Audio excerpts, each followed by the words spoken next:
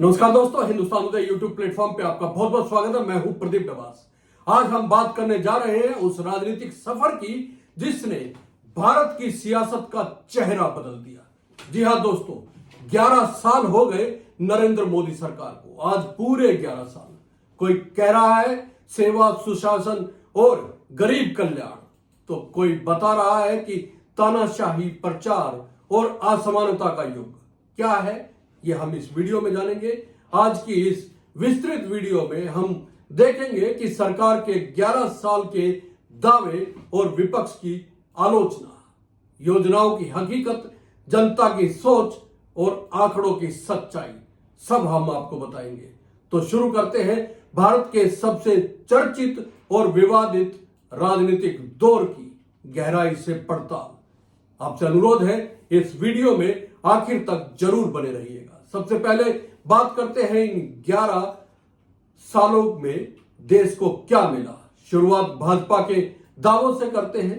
Party के राष्ट्रीय अध्यक्ष जेपी नड्डा ने 11 साल पूरे होने पर एक प्रेस वार्ता को संबोधित किया और कहा कि यह सरकार भ्रष्टाचार मुक्त, पारदर्शी और दूरदर्शी है। 11 साल में भारत ने जो प्रगति की है वो ऐतिहासिक है।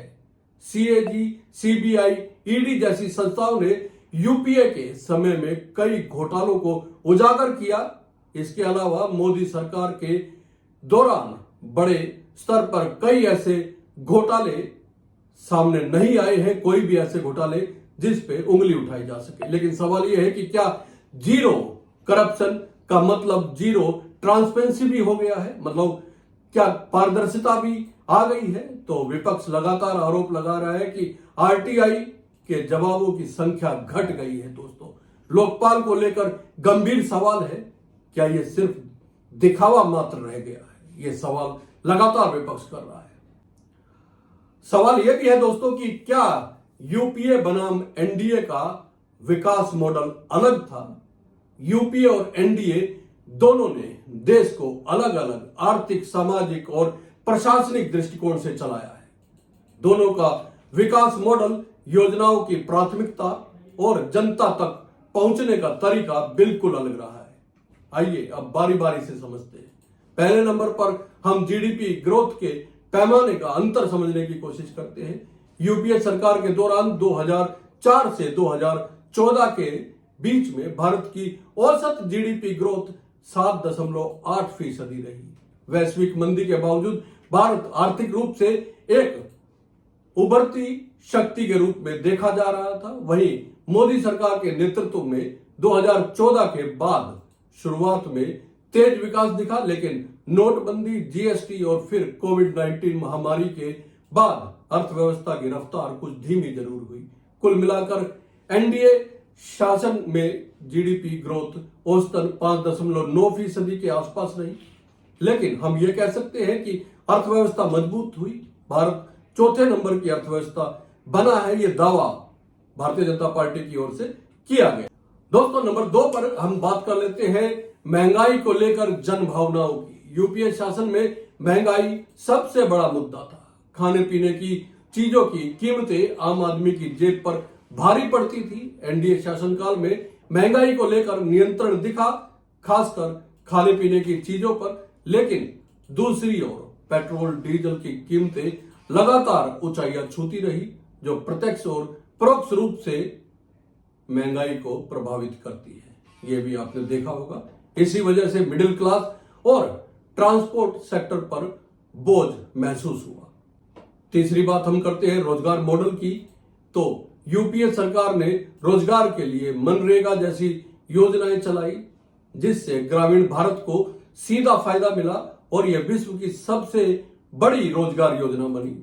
सरकारी भर्तियों की संख्या भी ज्यादा रही। वहीं एनडीए सरकार ने स्टार्टअप इंडिया, डिजिटल इंडिया और स्किल इंडिया जैसे कार्यक्रमों के जरिए निजी क्षेत्र, उद्यमिता और डिजिटल रोजगार पर जोर दिया। हालांकि सरकारी नौकरियों की संख्या घटी और युवाओं के बीच असंतोष भी इस दौरान दिखा है। अब बात करते हैं कल्याणकारी योजनाएं और प्राथमिकताओं को लेकर। यूपीए सरकार ने आधार, राष्ट्रीय खाद्य सुरक्षा अधिनियम और मनरेगा जैसी योजनाएं शुरू की, जिसका फोकस था गरीबों तक सीधा पहुंच और रोजगार की गारंटी। दूसरी ओर एनडीए ने उज्ज्वला योजना के माध्यम से महिलाओं को गैस कनेक्शन, मुद्रा योजना के जरिए रोजगार को बढ़ावा और प्रधानमंत्री आवास योजना के तहत गरीबों को मकान देने जैसे प्रयास शुरू किए। यानी कि यूपीए ने सामूहिक सामाजिक सुरक्षा को प्राथमिकता दी, वहीं एनडीए सरकार का फोकस व्यक्तिगत सशक्तिकरण और लाभार्थी आधारित स्कीमों पर रहा। 5वां नंबर पर हम बात करते हैं जनता का भाव क्या है। लोकप्रियता बनाम भ्रष्टाचार का आरोप, ये बड़ा सवाल है। यूपीए सरकार के आखिरी वर्षों में भ्रष्टाचार के कई गंभीर आरोप सामने आए थे, जैसे 2G, CWG और कोयला घोटाला। इसमें सरकार की छवि को गहरा नुकसान हुआ था। इस माहौल में मोदी सरकार भ्रष्टाचार मुक्त शासन का नारा देकर सत्ता में आई और जनता ने भारी बहुमत के साथ समर्थन दिया।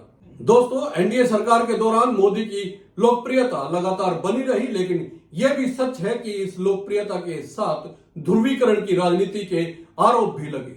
समाज को हिंदू मुस्लिम, शहरी ग्रामीण और अमीर गरीब खांचों में बांटने की चर्चाएं तेजी से होती रही। एक और बड़ा महत्वपूर्ण सवाल है दोस्तों, क्या उज्ज्वला, मुद्रा और आवास जैसी योजनाएं सफल हुई? पहले बात भाजपा के दावों की कर सकते हैं हम।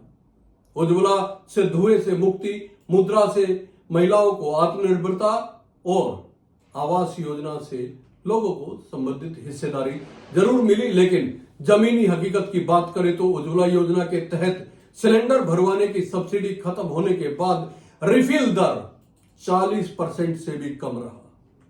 यह बड़ा आंकड़ा है।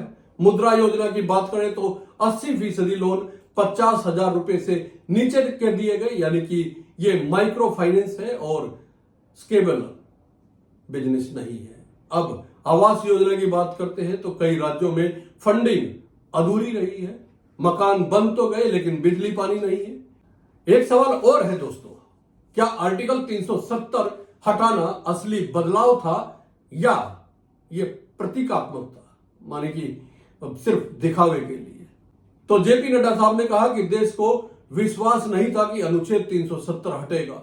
मोदी जी ने कर दिखाया तो कहा जा सकता है कि हाँ, ये ऐतिहासिक कदम था, लेकिन जम्मू कश्मीर में लंबे समय तक इंटरनेट बैन, राजनीतिक बंदियां और पत्रकारों की गिरफ्तारी से लोकतंत्र पर सवाल भी उठे हैं। इसको नहीं बोलना चाहिए और नई इंडस्ट्री, टूरिज्म और स्थायी शांति का बदलाव अभी अधूरा है।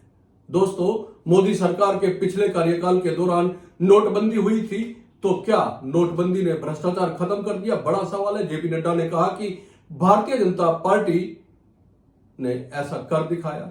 जनता घंटों लाइनों में खड़ी रही लेकिन समर्थन भी किया।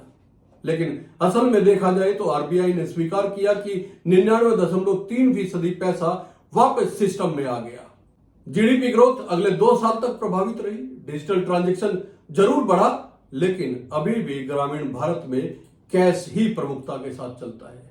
अब सवाल उठता है कि राहुल गांधी और विपक्ष की आलोचना कितनी सटीक है। सबसे पहले हम आपको बता दें कि राहुल गांधी ने क्या कहा है 11 साल पूरे होने पर। उन्होंने कहा कि 11 साल ना जवाबदेही, ना बदलाव, सिर्फ प्रचार। रेलवे जैसी संस्थाएं बदहाल हैं। उन्होंने कहा कि मुंबई लोकल में गिरकर मौतें 2024 में भी 2,800 से अधिक थी।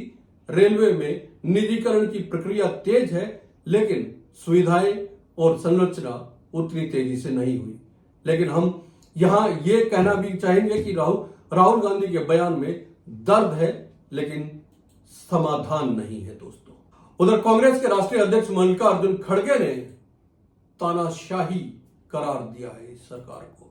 उनका कहना है कि ये 11 साल तानाशाही की शाही रही।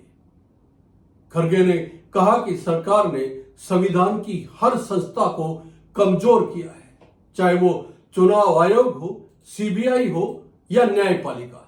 लेकिन ऐतिहासिक दृष्टिकोण से देखा जाए तो सीबीआई को तोता वाला बयान सुप्रीम कोर्ट ने यूपीए के समय में दिया था।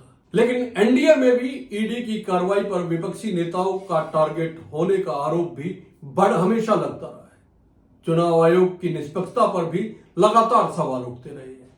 सवाल यह भी है कि इन 11 सालों में महंगाई, बेरोजगारी और आर्थिक समस्या कितनी गंभीर हुई है। दोस्तों, विपक्ष का आरोप है कि देश की बचत 50 साल में सबसे कम, असमानता 100 साल में सबसे ज्यादा। डेटा के आधार पर हम जवाब जानने की कोशिश करें तो हम कहेंगे कि 2024 के अनुसार भारत में 1% लोगों के पास 40% से ज्यादा संपत्ति है। बेरोजगारी दर 2024 में सबसे ज्यादा रही, इसमें भी विशेषकर ग्रेजुएट युवाओं में सबसे ज्यादा। इसके अलावा महंगाई ने मिडिल क्लास को सबसे अधिक प्रभावित किया है। दूध, दाल, गैस, पेट्रोल के दाम लगातार बढ़े हैं। दोस्तों, अब सबसे बड़ा सवाल उठता है, क्या मोदी सरकार की लोकप्रियता अभी भी बरकरार है? तो एक सर्वे के अनुसार मोदी अब भी सबसे लोकप्रिय नेता है। उन्हें 55% से अधिक समर्थन मिलता है। लेकिन युवाओं और बेरोजगारों में कुछ नाराजगी भी बढ़ी है। 2024 के चुनाव में भाजपा को बहुमत नहीं मिला था और सीटें भी 2019 से घटी थी। तो क्या सरकार प्रचार में ज्यादा समय लगाती है? यह भी सवाल है। कर्नाटक के मुख्यमंत्री और कांग्रेस नेता सिद्धारमैया ने कहा कि मोदी सरकार प्रचार के सहारे 11 साल पूरे कर गई है। उनका कहना है कि मैं उन्हें 0 नंबर देता हूं। हम आपको बता दें कि सरकारी विज्ञापन बजट हर साल बढ़ता है या बढ़ता जा रहा है। 2024 में 3000 करोड़ से ज्यादा का सरकारी विज्ञापन का बजट रहा। डिजिटल मीडिया और टेलीविजन पर मोदी ब्रांड का वर्चस्व बना हुआ है। लेकिन क्या योजनाओं की प्रचार तस्वीर जमीनी हकीकत को ढक रही है? तो हम कह सकते हैं कि 11 साल पूरे हुए, सवाल अब भी अधूरे हैं। क्या सरकार एक नई दिशा में बढ़ रही है? तो कहेंगे कि हां, लेकिन मंजिल अभी काफी दूर है। क्या हर नागरिक को उसका लाभ मिल रहा है योजनाओं का? इसका जवाब दे बेहद मुश्किल है। लेकिन सरकार के दावे उपलब्धियों से भरे हुए हैं और विपक्ष कहता है कि कुछ हुआ ही नहीं है। लोगों को लाभ कैसे मिलेगा? क्या मोदी सरकार ने राजनीतिक इच्छा शक्ति दिखाई है? यह भी बड़ा सवाल है। यहां हम कह सकते हैं कि बिल्कुल कई मामलों में यह सामने आई है जहां सरकार ने इच्छा शक्ति दिखाई है, जैसे अमेरिका के विरोध के बावजूद रसिया से सस्ता तेल खरीदना। लेकिन ऑपरेशन सिंदूर के युद्ध विराम के बाद सरकार की इच्छा शक्ति को लेकर इसलिए सवाल उठे क्योंकि अमेरिकी राष्ट्रपति ट्रंप ने पहले ही घोषणा कर दी थी युद्ध विराम की। वो लगातार दावा करते आ रहे हैं कि व्यापार का भय दिखाकर उन्होंने युद्ध रुकवाया था। सवाल यह भी है कि क्या जनता को अब भी भरोसा है? तो हम कहेंगे कि हां, लेकिन चुनौतियां भी है। जनता पूछ रही है कि सिर्फ योजनाएं, घोषणाएं और नारे या फिर जमीनी बदलाव भी होगा।